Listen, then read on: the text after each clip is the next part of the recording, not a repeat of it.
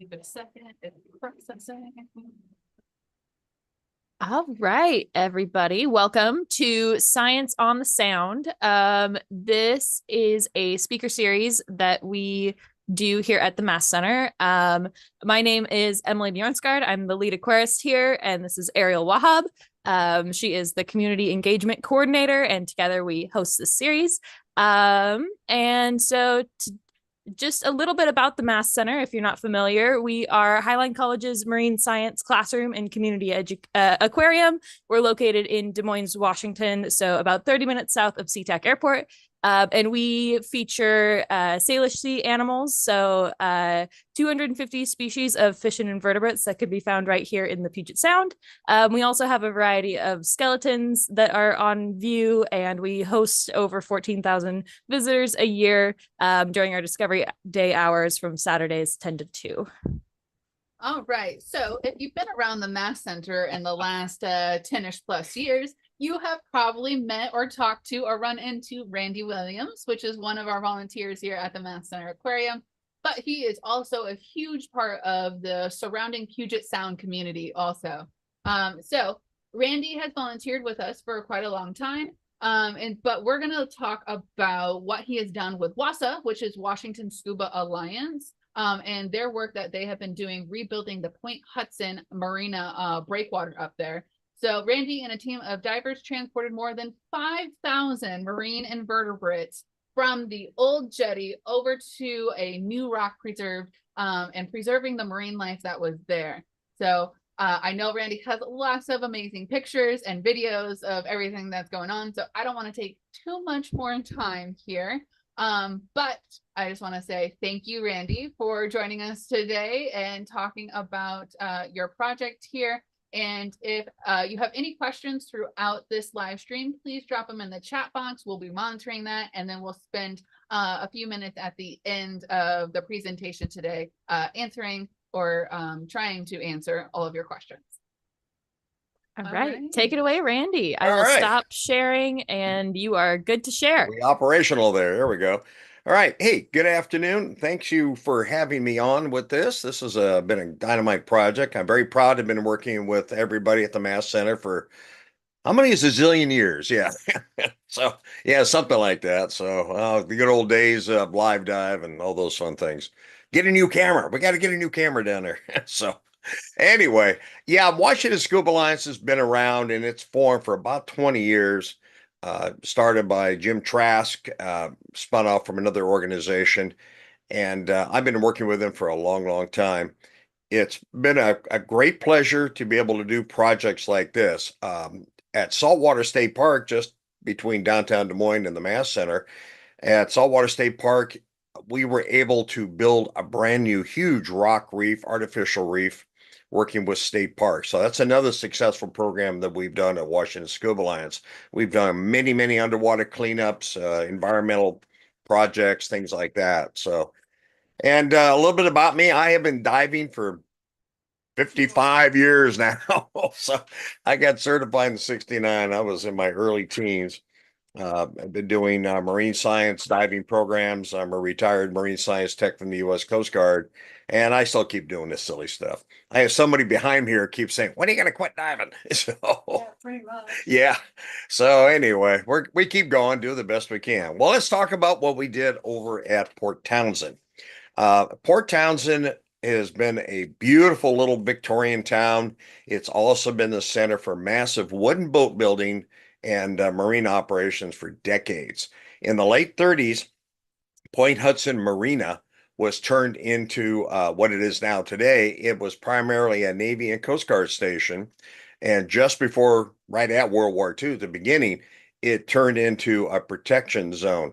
If you ever see a map of Port, I should have brought one up. Port Townsend, if you look across Oak Bay, there's another island over there, and that has been a U.S. Navy ammunition storage depot since 1950. Still is, still going strong. So consequently, there's a lot of issues that went in there, especially during the war. So let me see if I can bring up the old screen here. Oh, where'd it go? I got to share again. Oh, I thought that was on. Hang on here. Let's see what happens. Share's on, right? Screen, yeah, that's on. Okay. Share. There it is. Okay, there's a screen. Speaking of my better half there, underwater. Okay, let me bring up this information. So we were we approached a bunch of us to Point Hudson. Here's a picture of it in the beginning. This is what that breakwater looked like for years and years and years. And you can see that the pilings building this primary breakwater were wood. Obviously, this was creosote, all sorts of nasty stuff for years gone by, very common, perfectly valid. And then under the base of that, inside those pilings, and you can't quite see it here, but it makes a bend off to the left. All those rocks in there supported it. Well, consequently, that's a lot of marine life on those things. So we went to the port of Port Townsend 3 or 4 years ago, maybe 5 years ago now, and said, "Hey, I know you want to tear this thing apart and rebuild it. Don't dump the rock." They had a plan to take all of that rock and just take it out and dump it, get rid of it. And we had already shot a bunch of pictures, and we said, "Nah, don't be doing that silly stuff." So they said, "Well, we have no choice. We've already documented. We know what the plan is. We've got the funding." Well, enough people said, "Oh, this is not a good idea. Why waste it?" So it kind of got quiet for a while. Well, a couple years ago, we got reapproached. We did some meetings with the port, and they have a new port director, Aaron Berg. Great guy. He said, "Hey, I want to hear more about your ideas. What can we do to make this better?" So we said, "Okay, let's sit down and go over it." So our proposal, there are two breakwaters. Where is that doggone picture? There it is. Let me show you this one. Okay. So if you look at this graphic here, don't ignore those dive dates. This is a graphic we put together last year. So as you're looking from the beach, there's Northwest Maritime Center, and you can see the bend out there on the main breakwater. And just to the north of that is the shorter entry breakwater as the boats go into the Point Hudson Marina. So we had said, okay, let's take apart the north side first. Take all that rock, and in this diving zone area, we're going to drop this rock. And that's what we'll do to create this as a new dive site. This is always a popular little dive site, mostly sand, and drops off pretty quick. Oh, by the way, if you can see my cursor, this little goofy thing here in the middle, let's see if I can get rid of this. Right here. This was built in the early part of World War II. It is a system to allow attachment of anti-submarine nets, and they stretch halfway across, a little more than halfway across. That's Indian Island there in the background. There it is. Let me move the cursor right over here. And you can quite see it here, but this is the naval station and the weapons storage yard. So on the other side, they had a tug deployed, would pull a net the other way, and they'd cross them like your curtains in the living room. End of war, all sat, reconverted. And if you've been over to Port Townsend, you will see a large cadre of buildings. And they all look like something right out of the military. Some things don't change. So, but they've been turned into shops and restaurants and all been rebuilt and upgraded. And it's a nice little place. But we got to come back and talk about that cathedral, or a dolphin pilings, the popular name. Everybody calls it a cathedral. And you'll see why in a minute underwater. So what are we going to do with this thing? Who knows? Yeah, so let me drop out here. So taking a look at Point Hudson in early 2023 here, let me pop up a video. I shot these out here to do some initial surveys to take a look at what was growing.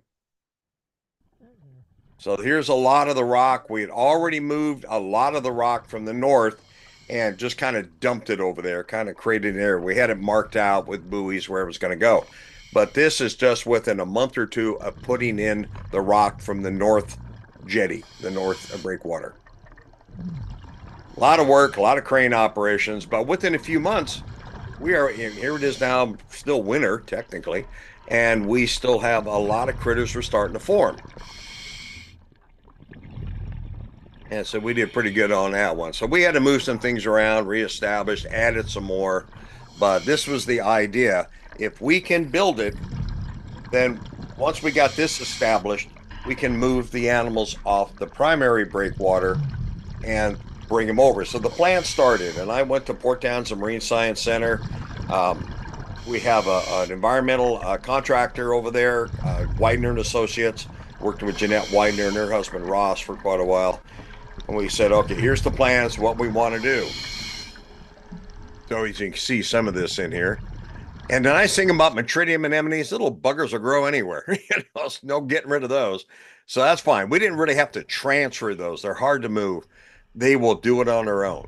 But the principle of what we were hoping to do, moving as much invertebrates over sea cucumbers as we see here, that it would start the migration on top of that and build up that environment. Let me jump ahead here a little bit. All right. Now, let me start back here a little. Now, this rock is looking at the rock of the breakwater. This is out towards the end. This is all submerged. As you can see, it's kind of fallen down. It's stacked loosely. Over time, 80 years ago, this is starting to crumble. But look at the life on this rock. This is why we told the port, don't throw this rock away. We can utilize this. Now, here is what we call the cathedral. These are the pilings of that big hunk of giant concrete that supports the anchor mechanism for that dolphin pilings. And of course, like everything in Puget Sound, it's generally covered in Metridium anemones. There's a lot of current out there, a lot of food. The dark side with this thing, as time goes on, we have another project to play with this. Those pilings are crumbling. They're wood. They're falling apart. They're rotten from the inside. They've lost a number of them already that are laying down on the bottom. So we are looking at moving marine life off of those. How do we knock it over? And huge schools of fish make this home. These are all perch. And there's a pretty good slope to the sand bottom here. We've added more to it, more of the rock. But as you can see, there's pilings laying there. This thing's falling apart. That concrete header that's up on that thing weighs tons. I mean, a lot. So the question is, do we knock it over? Remove the marine life, cut the old pilings loose? Can we use that as part of the environment? There's a couple of things we're looking at. The big issue is, believe it or not, the U.S. Navy still owns that structure. The Navy doesn't give up anything. So we've been negotiating with the Navy. Hey, yeah, do something with this thing. So look at all this debris. Here's the old pilings on that system. A lot of them have crumbled, fallen down. Not good. Not good. And of course, it's all creosote. Now, most of that creosote has flashed off a long time ago, but it is still not the best thing in the world to have underwater. And Washington Scuba Alliance, working with the Mass Center and the state, we've had experience in removing marine life off of pilings that DNR wants to get rid of and transferring them over and saving that life. So we actually have a history of doing this. We developed what's called a safe practices program that we literally made up as we were going along, but it's turned out to be quite successful. The massive amounts of metridiums over here. So, all right, we'll let that one go for a minute. So as I got together with a lot of the folks from Port Townsend Marine Science Center, a lot of local residents who are divers, they all were gung-ho to come out. Now, I'll show you a couple of shots here from Betsy. And there it goes. Okay. So as you can see, the old wood piling, see the old structure, and it's so unsafe. You couldn't walk out on that breakwater for years. It's been shut down. And that's the dive boat that is utilized from Octopus Gardens. And this has worked out pretty cool. All right, I think I got my spot covered up here. All right, hang on. See if I can drag you guys out of the way. There it is. And a lot of divers came out over all the last summer. We started maneuvering everything. The guy on the left in the red shirt's a photographer from the local media newspaper, Port Angeles. And that old nitwit there in the dry suit, hey, that's me. So I got a lot of great volunteers. This is Georgia Arrow. We've got a scientist that lives over there, active Antarctic scientist, Glenn Grant, and then that's Lou, another local guy. So we're very fortunate to have good people volunteering and helping out. And you may recognize that boat in off season. It's usually tied up in Des Moines Marina. That's the old Admiral Jack. And some of the stuff he utilizes over here during their summer, and then it winters over in our neck of the woods here. There's Michael Dallas in the blue and yellow. Yeah, he's got quite the dry suit. Michael, by the way, is our new vice president of Washington Scuba Alliance. The three primary, we have stepped down. We had decided to let it go and get new officers in, and we were going to kind of retire. So our treasurer, Randy Weinstein, our president, Jim Trask, and myself are now what's called emeritus. Yeah, I like that term. We're still around. We're still members. We were no longer in the executive board. But Michael there is our new VP. He took over my position. So as you can see, this big thing in the background there, and you can imagine that's one solid hunk of concrete that they cast on that thing many years ago. I quite frankly, I mean, it's still standing after 80 years. I find it stunning. A lot of good people. I can't remember the name. It's mother-daughter divers that are live in that area, and they're really active with Port Townsend Marine Science Center. Glad to have them along. More pictures of swimming out there. And of course, we had it all set up at different times. That big tower is a tsunami warning tower. And that came into play as I was putting together this video system. Thank God for that thing. But we were set up there pretty much through the summer, organized. There's that idiot again. So, and it was a great little spot. So you got the marina right there in the background. This is on the area that right on the edge where the Port Townsend owns one side and the rest of the property is Northwest Maritime Center. Great bunch of people. They were very, very fortunate to work with us, and they just bent over backwards to help. It's a great organization over there. So here's our sign, all the different groups of people we had here. There we go. And so that worked out. And back again. All right. So I think we're done with that one. So a lot of good volunteers. We also went out and did a lot of various projects, helping with each other to do a lot of this work in here. Let me go back here again. Here we go. I had some shots of the volunteers here and there in the places. Oh, this was an interesting one. This is a print off a side scan. So it gives you a better idea. So that big pile of this here is the remains of the North Breakwater. So it's been taken apart, a lot of rock and rubble.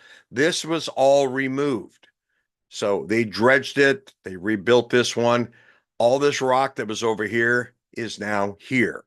And we've added to it since this picture was taken. This is the new dive zone right here. So we've actually extended it over to here. We've added more rock and bring it out a little bit. Right here to the immediate right at the end of the breakwater, you see the old rock that was picked up here and then brought over. And this is about 70, 75 feet of water right here in the bottom. So what else I got? Oh, and kind of funny. Show this to CQ. She'll love it. So as I'm coming up surveying at the beginning, these are some of the old pilings. One of the old pilings laying there that had broken up decades ago, I guess. And I happen to look down, and who's looking at me? Old Wolfield looking at me there. Hey, man, I'm in my condo. Leave me alone. And then, of course, all the eggs around it from various snails and trying to share it with a big old sea cucumber. But I thought that was kind of fun. So this is a screenshot off a video. Here's construction as they were doing the demolition. The marina was closed for many, many months during all of this. See, it's scrapped out. They've got all the construction. We were still allowed to come in and drive in here and park and dive and do the surveys. In fact, during the demolition process, about once a week, I went in to shoot video so that the contractor, Orion Construction out of Tacoma, could see what they missed on the bottom, what happened. We found some snapped off pilings. They had to go back and redo a few things. So here it is being completely gone. As you can see over here on the left, this is all brand new rock. So that's the finished North Breakwater jetty, little short guy. So all that rock's over here now. So it was kind of fun diving under the barge and around the crane and the pilings to see what it looked like. That was kind of cool. All right, what's this one? This was, whoop, let me come by. I'll do this one. So here's Glenn and I diving on this thing. They're still in construction, and they had removed all the rock, taken out the the pilings, and they're already starting to put in new steel, very thick wall steel pilings. So this was during the construction, as you can see. So here we are poking around down there, see how things were looking. So it's kind of fun to get back up inside between the bars and the stuff that most people wouldn't go. A lot of debris on the bottom, like a couple of lost anchors, tools, stuff like that. So this was rather interesting. Because of this in construction and lost materials, you can't do a maritime project of construction like this without dropping something in the water. Tape measure, whatever. I found all sorts of stuff down there. We recovered for the construction company. It's just nature of the beast. So we're still seeing a fair amount of life that was out there. Some of it started to change and move on its own after they had removed a lot of the rock and repositioned it. I mean, the sea stars, oh yeah, lots of ochraceous sea stars down in here. And here is a lot of this rock came from the very end of the breakwater we put in. It's dark as I'm underneath the barge, so it's kind of shadowed. So by bringing in this other rock, we kept it, move it over. We kept the marine life going. I mean, it's just, they were like, okay, same old rock, good stuff. We got food. And they were happy with that. Lots of black rockfish. There are some amazing black rockfish down there, some big kids. And unfortunately, some tire fish. One of our big projects at Washington Scuba Alliance is working to identify, locate well over 500,000 tires underwater here in the state of Washington that were placed there with the good intent of being an artificial reef.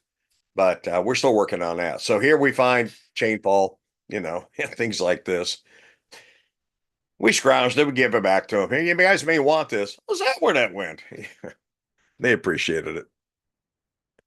So you can see how they've driven in and started adding some stabilizing rock. It's not an easy project. It was quite a few months to do this, but we did go in there every so often in order to document it and use the video form, and they really appreciated it. That helped the project. Let me jump ahead here a little bit. Amazing how that's going on. And this is Glenn Grant, like I say, he's an Antarctic scientist that lives there in Port Townsend. And I spent a lot of time in Antarctica with the U.S. Coast Guard, and so he and I, got together and commiserated on, the joys of being a McMurdo. So he's a good guy. All right, drop out of that one. So a number of those things. Now, looking back on some of these things, it's rather interesting. If you look at the construction, how it was all getting put together. Here's another angle on it. This was a little later. So now the new breakwater has pretty much been built. You can see the amount of pilings and all the new rock that was brought in. They did bring in a lot of brand new rock. And right over here, they took apart this old area, rebuilt the rock. Some of this was really ancient old concrete slabs that were put in many years ago. And here they're constructing the new walkway and the walk up from this brick layout here. And they extended the brick, created a whole new path up there. It is now totally ADA compliant. So you can come up here in a wheelchair. The angle is just right. You can come on out, and it's much wider and built to be much safer than it used to be. So that was kind of cool. What else? Oh, and speaking of the transmitter, I'll talk about this in a minute. But if you were to walk down the breakwater, about right where it bends, you will see a big stainless steel box. This is what I built, and then the city and the port and I put together this signage, and that's where the transmitter is. And we'll talk about that more in a minute. It operates on a frequency of old Wi-Fi. A lot of Wi-Fi has gone to 5.1 gigahertz. This is 2.4. So some interesting changes there. Here's the new plaque after it was all commissioned and they got all done. So here's my environmental friends, Widener and Associates. Jeanette Widener has been, she was our primary go-to, and she would be our in-between to the port. Although I did spend a lot of time negotiating, working with the port director, Aaron Berg, real decent guy. And while we were moving critters, this is a lot of stuff, we're moving a massive amount of animals. So we had large paper, plastic bag, goodie bags, stuff like that were utilized. And we were very careful. I actually went through last summer. We had a training scenario one weekend at the Port Townsend Marine Science Center pier in their main classroom or meeting room. And I developed old paint scrapers, plastic paint scrapers that I said, this is how you make them. And I made probably 50 of them. I cut off the corners and dulled everything. So by doing so, we can come up with these flexible plastic paint scrapers and underwater. And for example, when you have a large anemone, I think I got one in there, you can come up on a snail. Oh, there was no lack of moving snails. Got lots of those. And then sea stars, we can come up underneath these and very gently use that flat scraper to lift them off. Same thing with anemones. When they're hanging vertically on a rock or a piling, they're actually loose at the bottom. They're more hanging from that top edge. And it was real easy to come up underneath them and just kind of pop them off, move them over, and they'll refasten themselves, down to another spot. So that was kind of cool. Had to teach people how to do that. And here on the left is Jim Trask, our old presidente now. And in the orange is Betsy Carlson from PTMSC, and this is Jeanette Widener. Great bunch of people to work with. They were really gung-ho to get this done. So here's more of the construction, demolition, however you want to call it. It was shut down for the whole winter. They closed the marina in September and didn't really open until March. So we had all this work to get done. So right here at the corner of the new one, it's on a similar footprint. This is where that transmitter is. And the receiver is 850 feet away in the marina office, which I don't think I have a picture of that. And they're two high gain antennas, transmit and receive. And then that ties into a small computer, into the software, OBS software, which is streaming. That uploads to the site. Oh, here's one of our kids, to the marina office, and that sends it up to YouTube. So we do have the live streaming, and I'll be able to bring that up here in a little bit. And they look really good today. One of the fascinating things about moving as much live animals as we could and keeping the rocks with the life on it is that in a very short period of time, I mean, this is September after we finished moving a lot of this stuff, I had 3 GPOs in that reef. Now, normally GPOs don't like a lot of company, their kind or other kind. And I was amazed. So that tells me there was a ton of food out there, and it was able to support, without fighting, 3 giant Pacific octopus all within this reef. There was still at least one out there. They come and they go.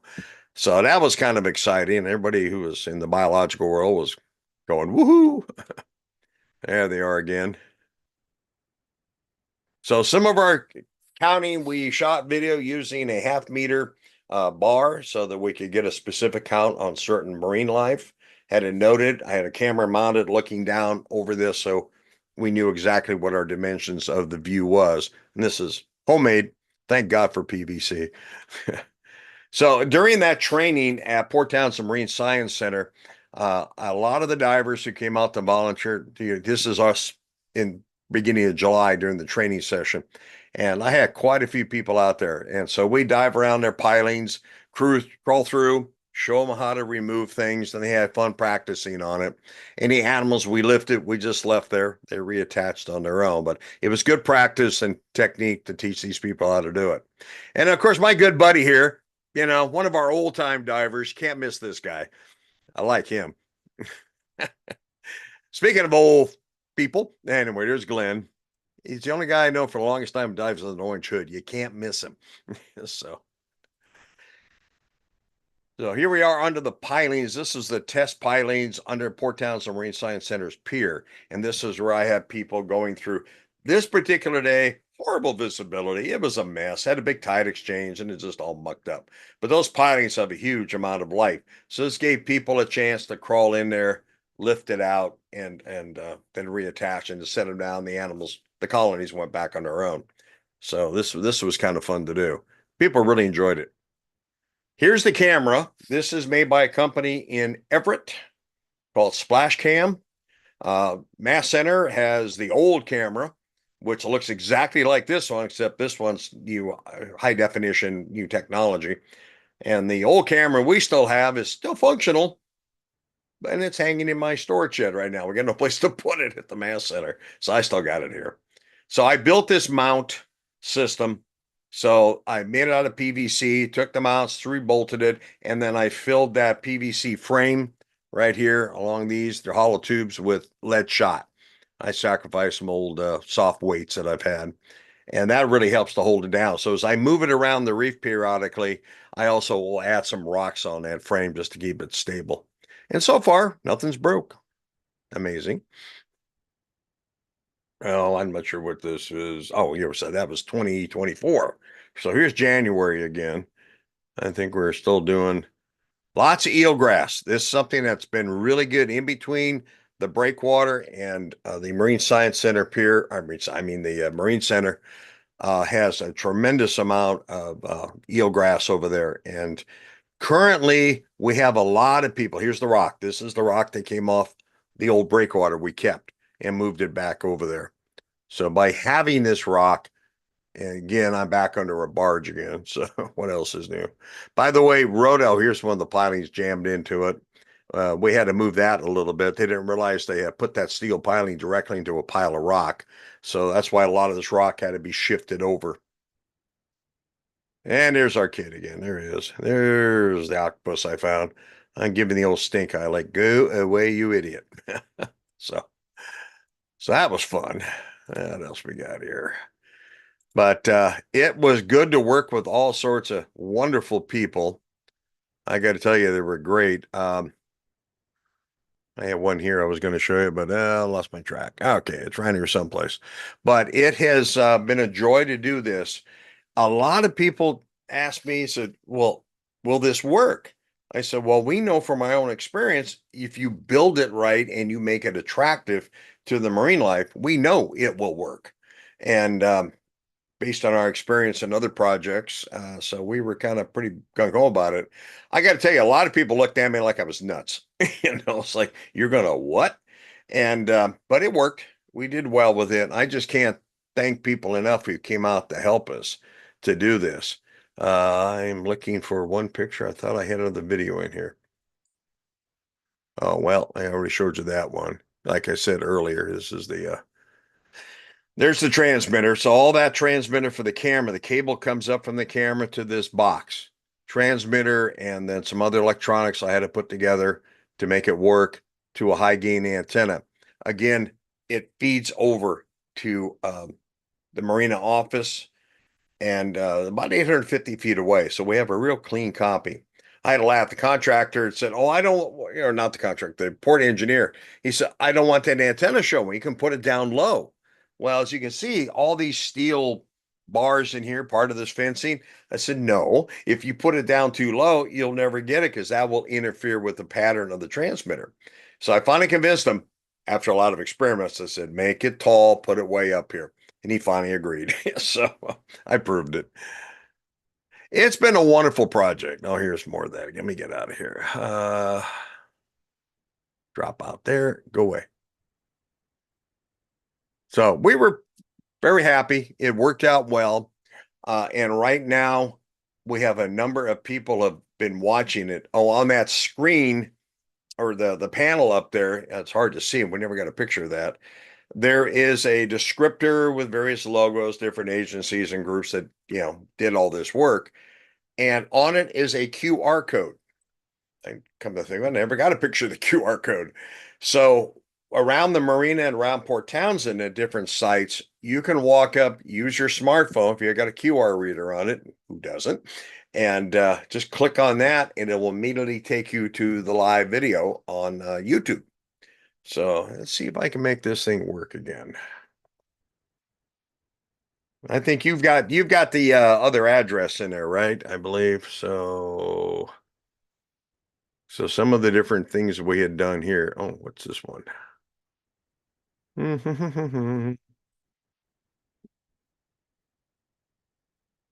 There we go. This is what started out. This is a wonderful bronze sculpture of these otters.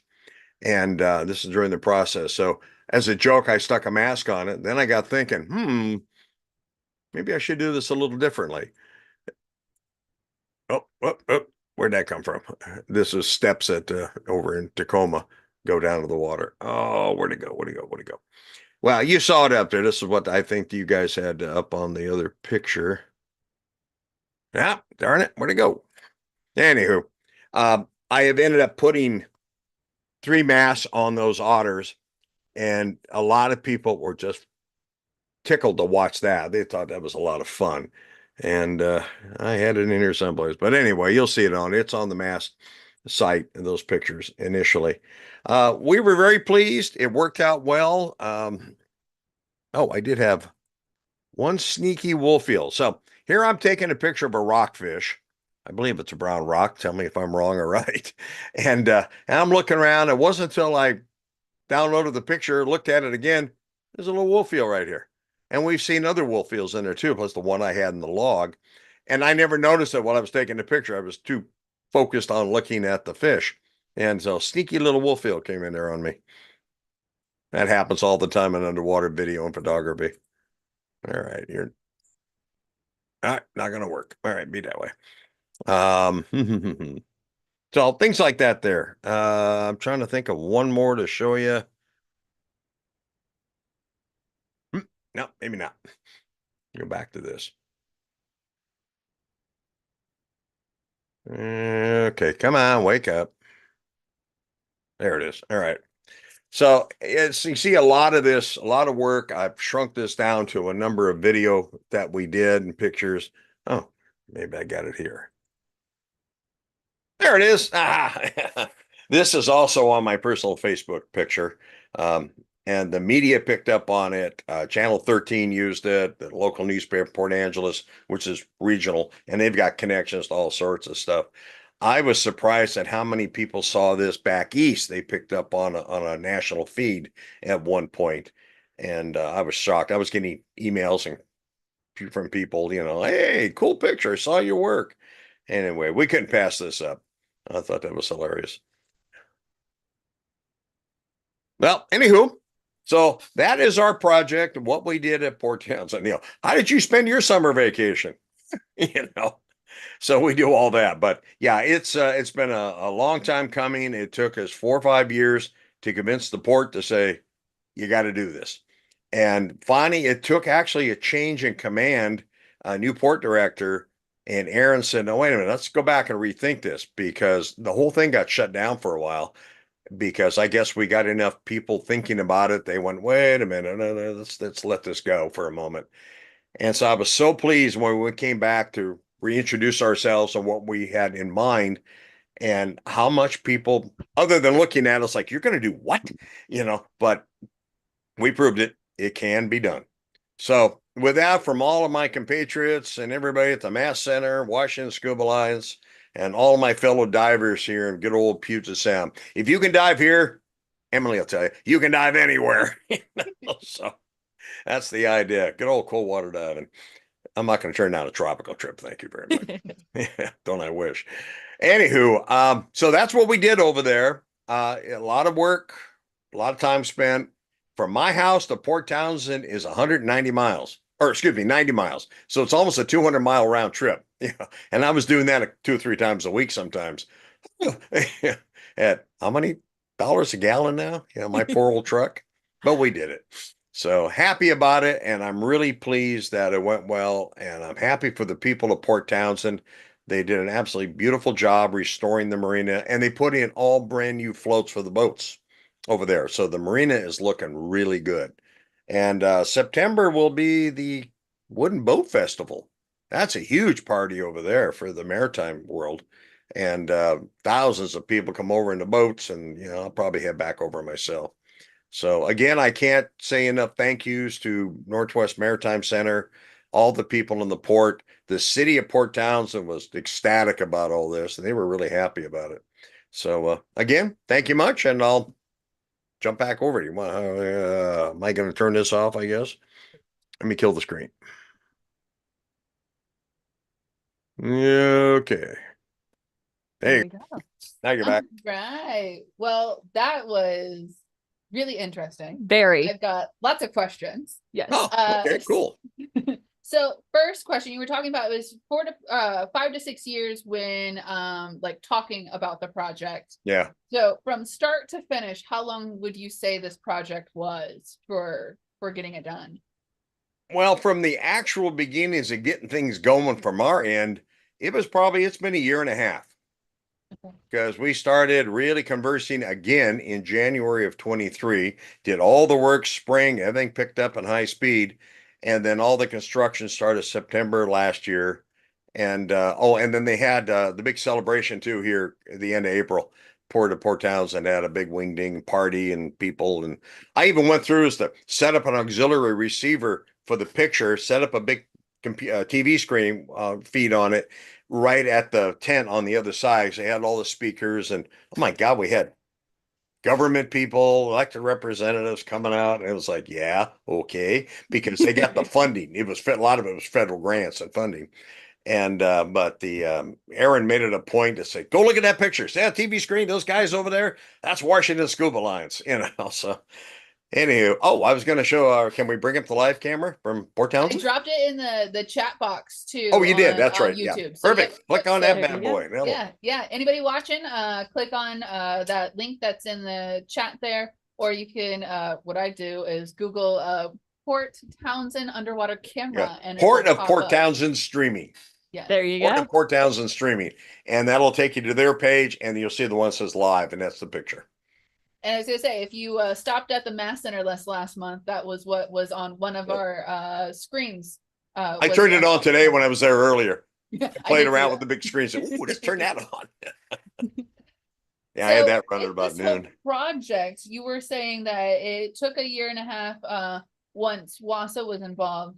Yep. How many different organizations were participants in this? I saw Oh, Lordy. on the screen you had a photo of some, but how many were participants in this? Yeah, we had us, the port, city, Department of Natural Resources, state fisheries, national marine fisheries, all sorts of environmental programs. EPA was involved in it, and other parts of NOAA. Everybody's got to have their Corps of Engineers, of course. You know, they always got to get their fingers into it, and that's normal. But yeah, pick a government agency, and you're going to find they were involved. Most of it permitting things like that. But the actual work that we did, other than all the environmental work by Widener and Associates and all their review work, but we had our divers, volunteers from our organization, of course. Port Townsend Marine Science Center was the best. Northwest Maritime Center absolutely bent over backwards to give us space to work and let us park on the Esplanade, especially during the winter here when there's hardly anybody there. And their people, their IT guy, Peter Santeri, I couldn't have done it without him because I relied on him to come over and help us tweak the OBS software. I ran into a glitch and my brain went, and I said, usually I can do this stuff, but he came over. He said, "Oh, I'll be over there in a second." Of course, he just walks over from their office, and he had it up and running just fine. He figured it out what I was doing wrong. Bless his heart. So he says, anytime you need anything, just call me. I'll go down and fix it. So the port marina office is this little building and this little meeting hall there, and it's right in the marina. Like I said, I had to measure. It's 850 feet away. It's like being one end of an aircraft carrier to the other, or a short one, because I was concerned about the strength of the signal at those frequencies. So that worked. Again, a lot of people are very helpful to put it all together. In fact, many ways they just got out of the way and said, "Do it. Just do what you need to do and get out of the way." I go back to talking about that tower. Initially, this whole project, I was trying to price in and figure out how I can do this solar powered. Solar panels, batteries, inverters, all that wonderful technology. Well, that added another $4,000 to the project. And I went, and the port said, wait a minute, we got power down there. We got AC running like crazy off that tsunami tower. Got all sorts of breakers.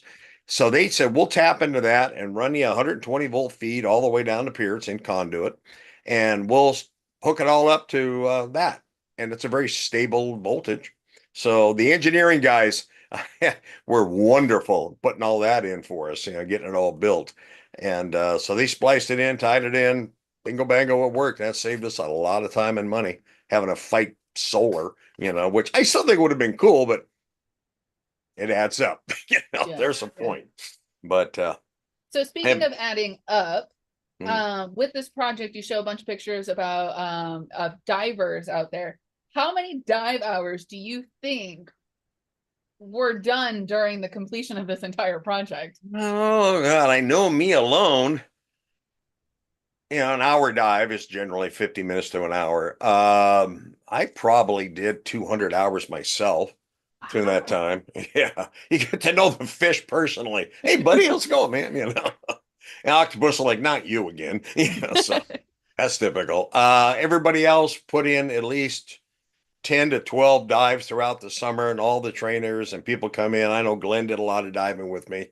Yeah, I add it all up. It comes out to quite a few hundred hours of underwater time, you know, and especially people who are spending, you know, when it's not exciting when you're moving animals in a big plastic bag and you swim over 25, 30 feet over on the new reef, and then you got to plant them. You just don't want to dump them. You know, we obviously want to be able to put them safely and get them to tie in. And, you know, I just don't want to throw snails.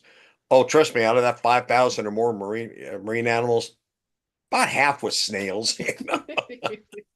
But we were very fortunate to have a lot of hardworking, dedicated people, and they were gung ho. So I really Yeah. appreciate their help.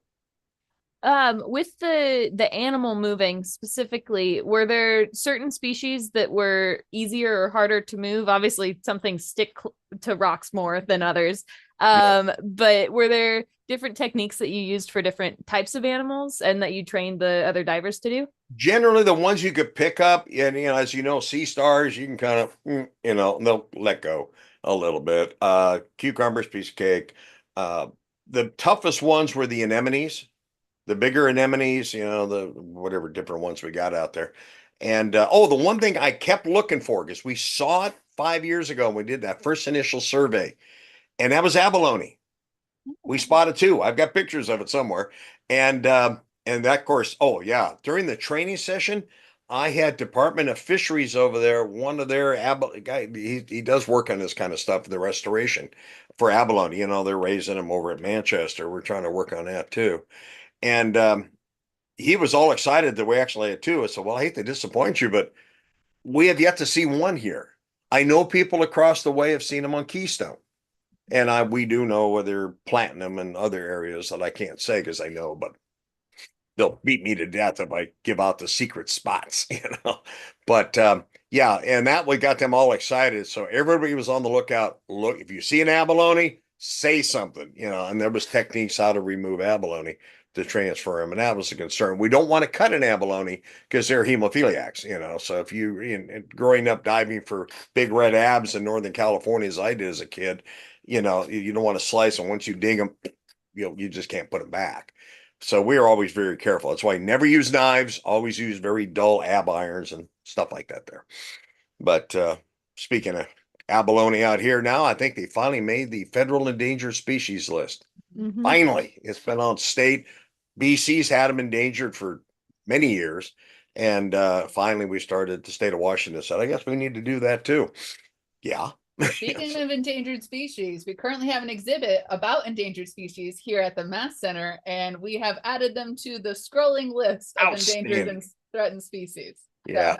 So, awesome. Now, I got to admit, 40 years ago, we used to love to go up to San Juan's, and we get our limit of abs over a weekend, things like that. These are the Kamchacanas, the Helios, the little guys, pinnos.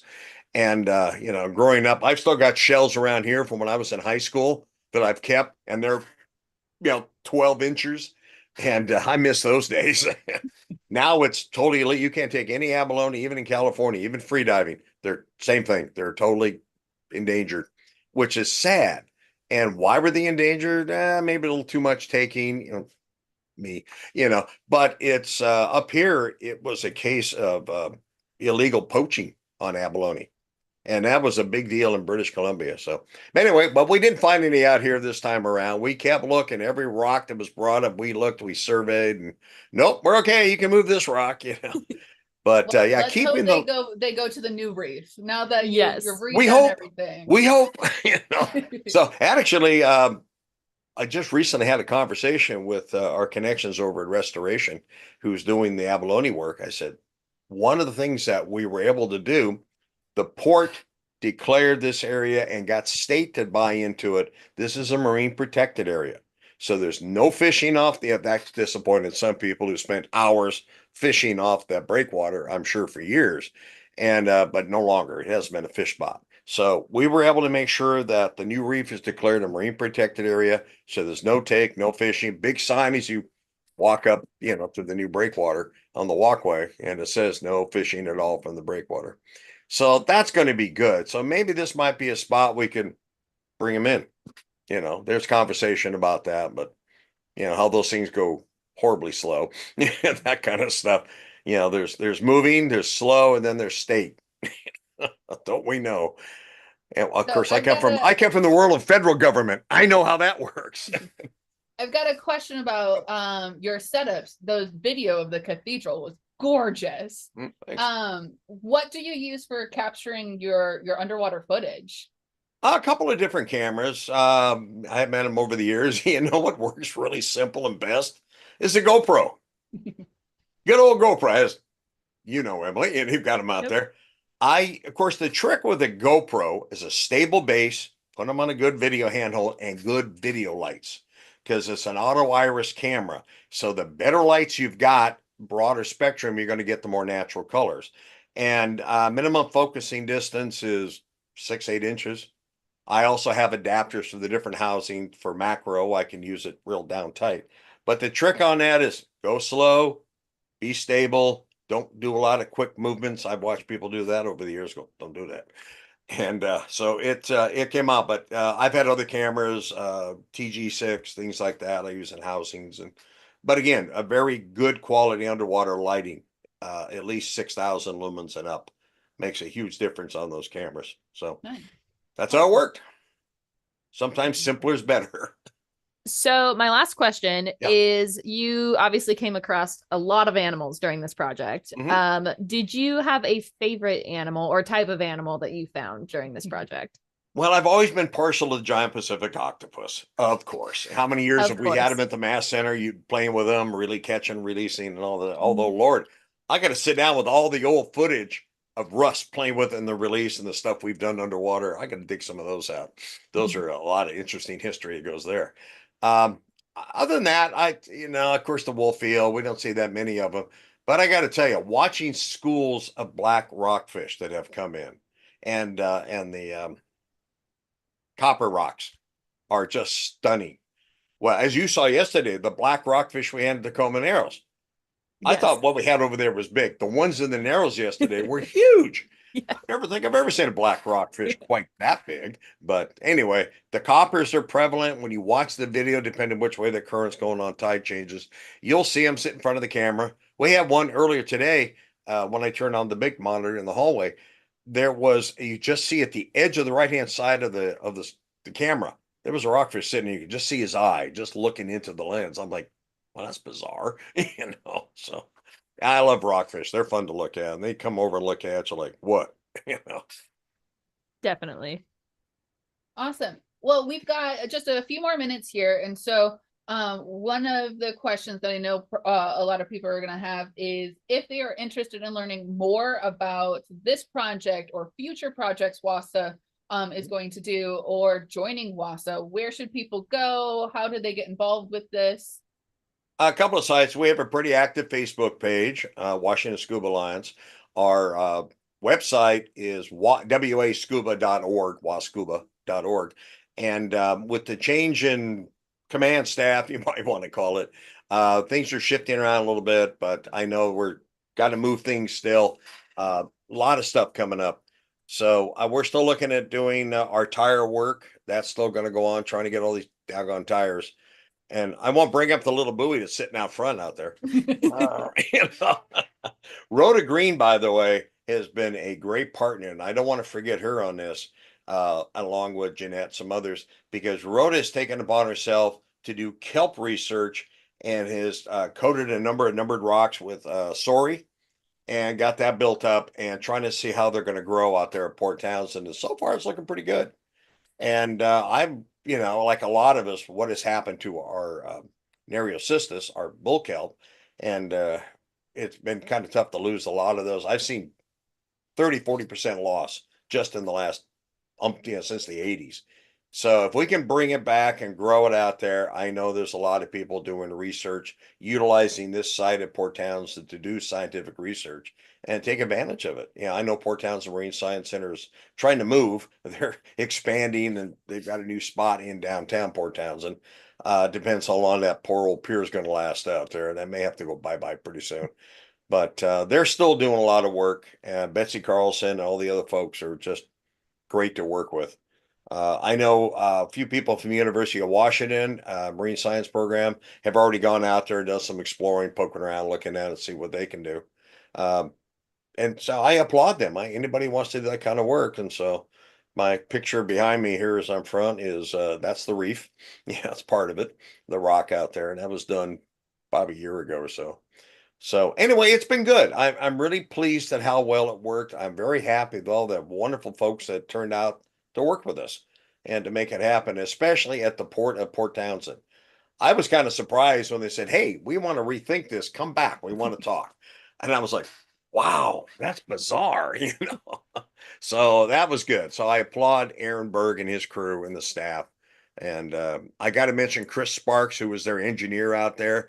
He and I had some minor disagreements. We go, "Huh?" You looked at each other, and finally, I think we all came to the moment of, "Oh, okay, I got you." You know, things I had to give, he had to give, take. You know, that's how those things work. Welcome to marine construction. You know.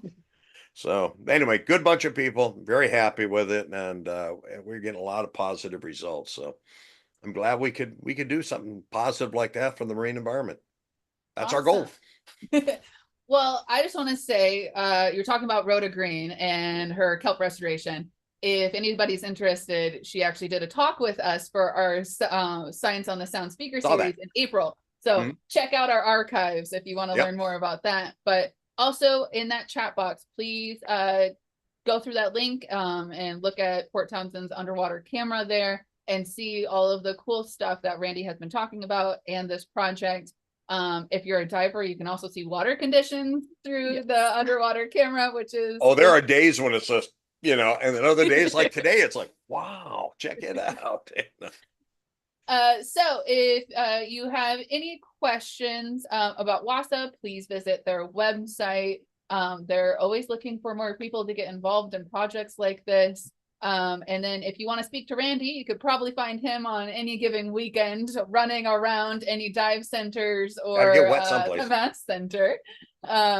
So if you have any questions about these projects, like I said, please go to WASA, or if you want to get in contact with Randy, I know his information's up on WASA, but also you can contact us here at the Math Center and we'll deliver your questions to Randy ourselves. But I just want to say thank you again, Randy, for joining us for Science on the Sound and for all of that work. I know you had come in here and you're like, yeah, I'm gone another weekend. I've got this project and we've got to go next move weekend, animals. the week from yesterday, Saturday, is they're doing their bio blitz with state parks over there. Very And cool. I'll be over working on that. We're going to go out, shoot a bunch of pictures. We're going to help them do the bio blitz at the reef. Ooh, So, nice. Awesome. another trip to Port Townsend. Gosh. And while I'm over there, I usually ain't got a point, unless somebody else can help me, is to clean the lens. You know how things tend to grow on stuff. Yes. So I'll clean the lens of the camera, but I'll move it. I like to keep it moving around the reef, change the view a little bit. Doesn't get too boring. Very cool. Well, then, if anybody wants to go dive the new reef, it sounds right. like Come on, next join us. weekend is the bio blitz and the time to go do it. But we've got 1 minute here. So again, I just want to say thank you so much for showing all of those beautiful images of the new reef and telling about the new dive site up there. Any last words before we go? I want to tell everybody who is active on the sound and people who love Puget Sound, bless you. This is the kind of work we need. This is the kind of stuff and the appreciation, the love of the environment, all that. So Awesome. one of these days I got to get up, see what Seattle's looking like with their new fancy digs, Oh, I hear Port Townsend's just getting ready to open up their tropical exhibit too. At Yeah, Tacoma. Yeah. There we go. Point Defiance. Yep. Yeah. So all that's going on too. So I think we're very fortunate with all the independent marine science programs, MAST, others over there, the big guys, Point Defiance in Seattle. There's a lot of good work being done. I do cringe when I talk to people and they say, I've lived here for all these years and I have no idea what goes on a centimeter below the surface. No kidding.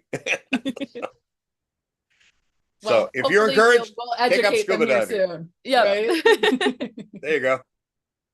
Awesome. Well, thank you again, Randy. And like I said, if anybody has any questions for him, shoot us an email and we'll get them to him. There you go. All right. Awesome. All right. Thank you again. All right. Bye. Take care. Bye. Yep.